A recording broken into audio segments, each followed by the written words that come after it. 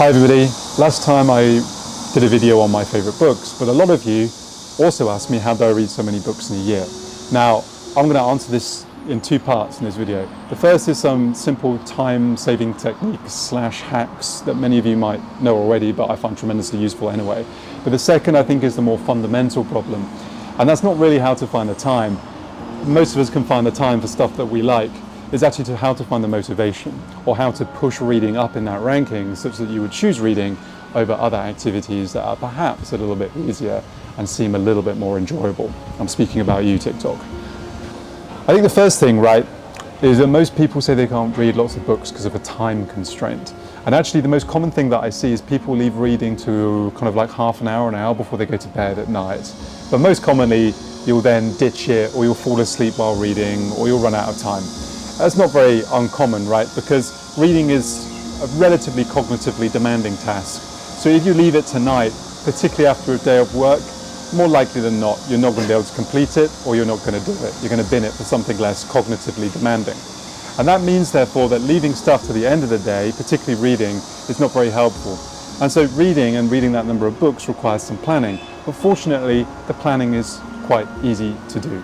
So let me give you 3 practical tips that I use to squeeze the most time out of my day. The first is, you don't actually have to read books, you can listen to them.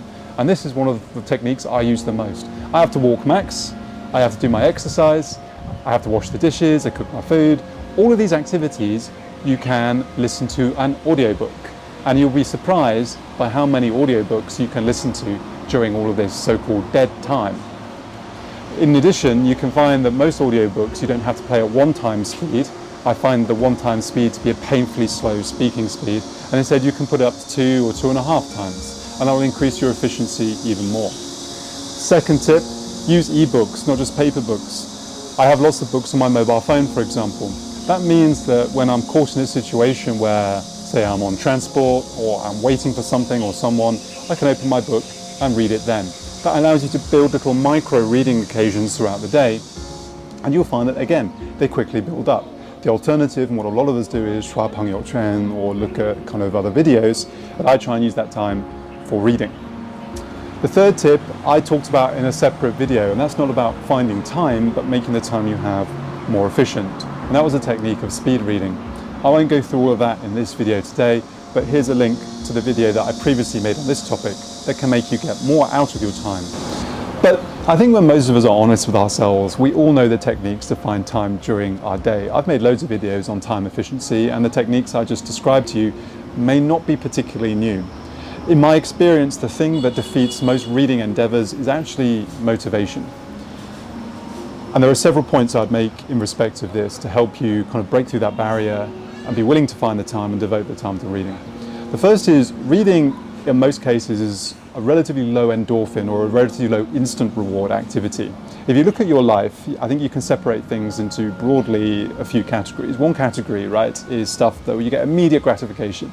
That's stuff like eating cakes, eating high calorific foods, playing computer games, going on short video, TikTok, this kind of thing. This is stuff that's incredibly low barrier to entry. You don't have to work for it, but it gives your brain lots of positive signals, releases lots of endorphins. The downside is that most of those activities are not very good for you. On the other hand, you have a bunch of activities that require a lot of effort to do and don't release a lot of immediate endorphins. Things like exercise, things like reading. These are things that you build up over time and have long-term beneficial effects, but not necessarily immediate positive feedback. And therefore your body prefers to choose the high endorphin, low effort activities from the low endorphin, high effort activities, even though it is the latter category that benefits you more in the long term. So what does this have to do with motivation? Well, this is the key point.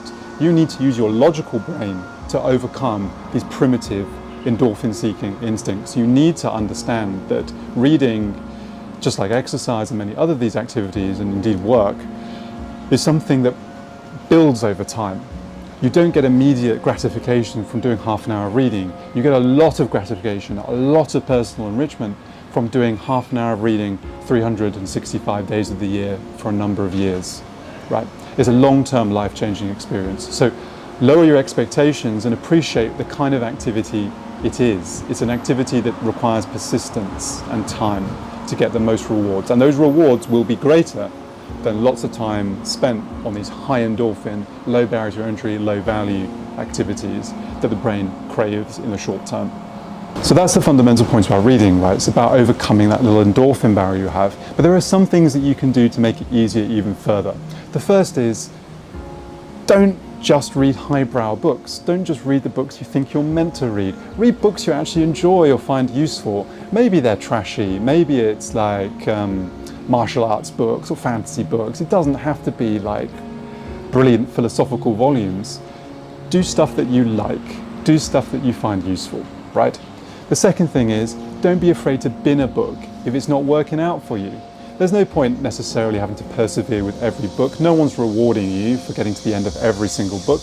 If you've already invested 50 or 60 pages of time in it and it still isn't gelling with you, then just discard it and move on to another book that you might prefer. And third, understand why it is you're reading. There are many different modalities of reading. All of us just talk about reading as if it's one thing, but it isn't. You have reading for just pure enjoyment. You have reading for study. You have reading for information.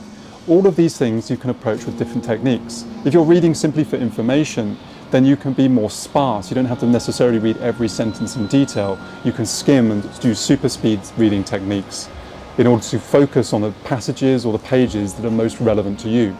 If you're reading for education, you might want to make more notes, so it might be a slower process. You might want to highlight on your phone or whatever. If you're reading for enjoyment, well, then you don't have to worry about speed reading and so on. Just do it for enjoyment.